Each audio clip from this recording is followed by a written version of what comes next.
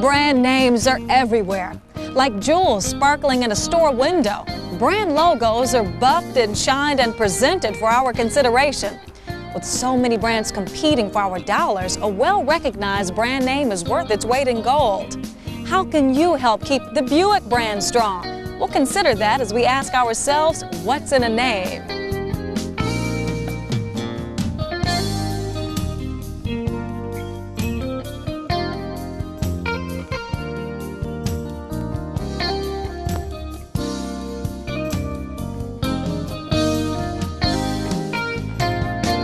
Today we're going to take a quick course on the importance of brands. You may think that a brand is just something that you sell and that you have no impact on it.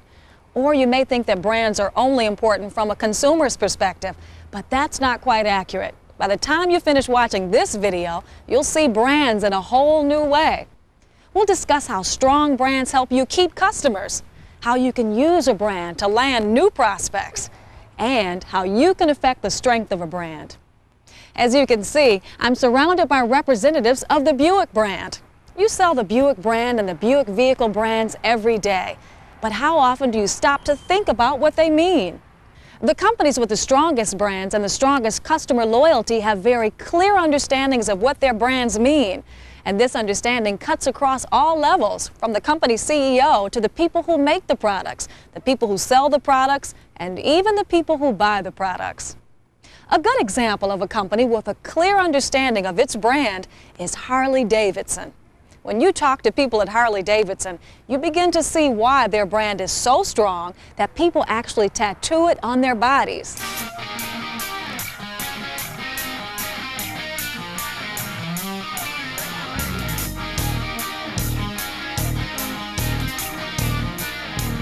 Even if you've never been on a motorcycle, you probably have a good idea of what Harley Davidson is about.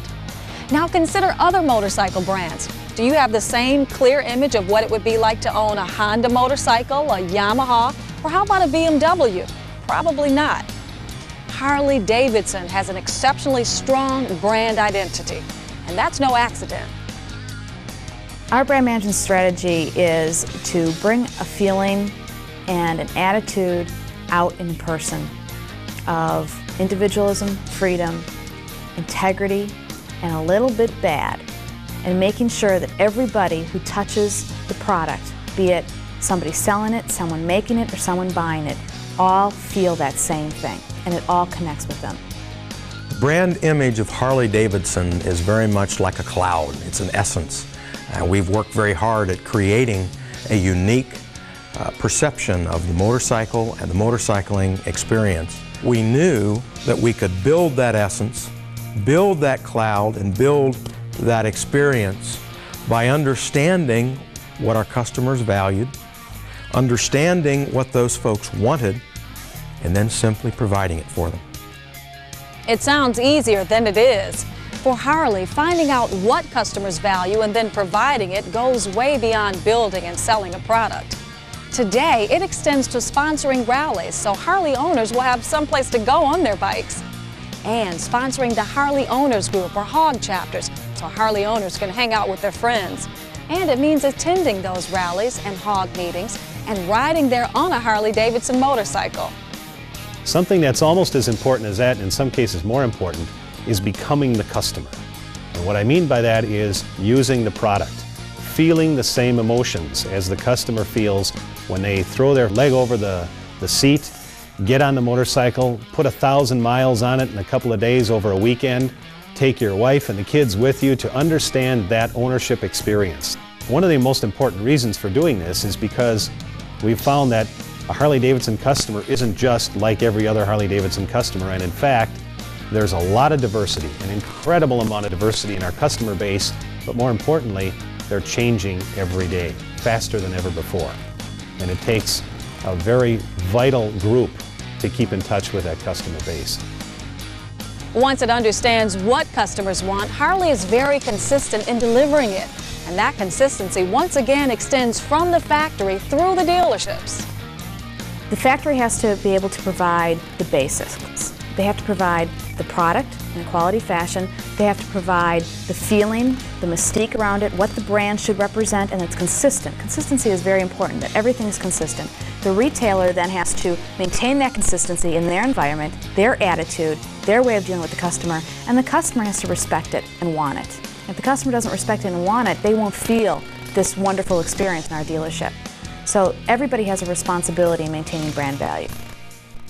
When the receptionist picks up the phone and says, "Yeah," that clearly doesn't give the consumer the kind of nice, warm, bubbly feeling that that young lady or young man understands the mystique of Harley. Or the service writer that comes out, grease on his hands, a rag, a scowl on his face. "What do you want?" All he wants is his motorcycle fixed. That piece of emotional hardware is what binds the consumer to Harley Davidson.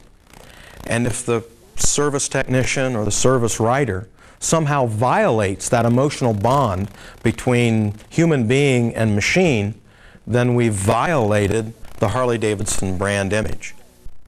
Let's take a minute to think about what we just heard. First of all, we heard about the brand's image.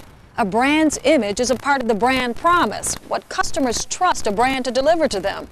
We also heard that strong brands don't just happen, they're built. And they're built by listening to customers. Their input is very important. And finally, we heard that consistency is critical. In order for customers to trust your brand, the way it's handled must be consistent from the factory through the ownership experience. All of this applies to the Buick division of General Motors, Buick dealerships, the Buick brand, and all of the Buick vehicle brands. Let's examine these key points one at a time.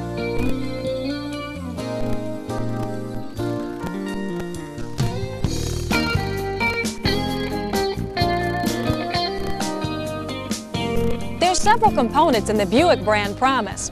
Buick is a family automobile. It delivers premium value, yet it's unpretentious. It promises to be stylish, deliver power on demand, and provide a comfortable ride. That's a fairly narrow definition, but purposely so. If a brand is to succeed, it must take a stand on what it wants to be. If you let the cards fall where they will, in a manner of speaking, you haven't staked out any turf. If you're everything to everybody, you're nothing to anybody. You stand for nothing. You have no point of difference. And there is no reason, given all the choices that are out there, for someone to come to you if you're going to try to be everything to everybody. Part of defining the brand promise is determining what kind of customers will be drawn to the brand. Because of brand attributes like premium value, elegance, and ride comfort, Buick has traditionally appealed to buyers who are 45 to 60 years old. But over the years, the age of Buick buyers drifted upward. Now the challenge is to attract buyers of the original demographics without alienating the older buyers. What happened was we locked into a formula for communicating with these people that was very traditional in their approach. And that formula, if you will, it was not changed for a long period of time, even though people that were coming into that age group were very different and less traditional than our approach had been. So we've changed that approach.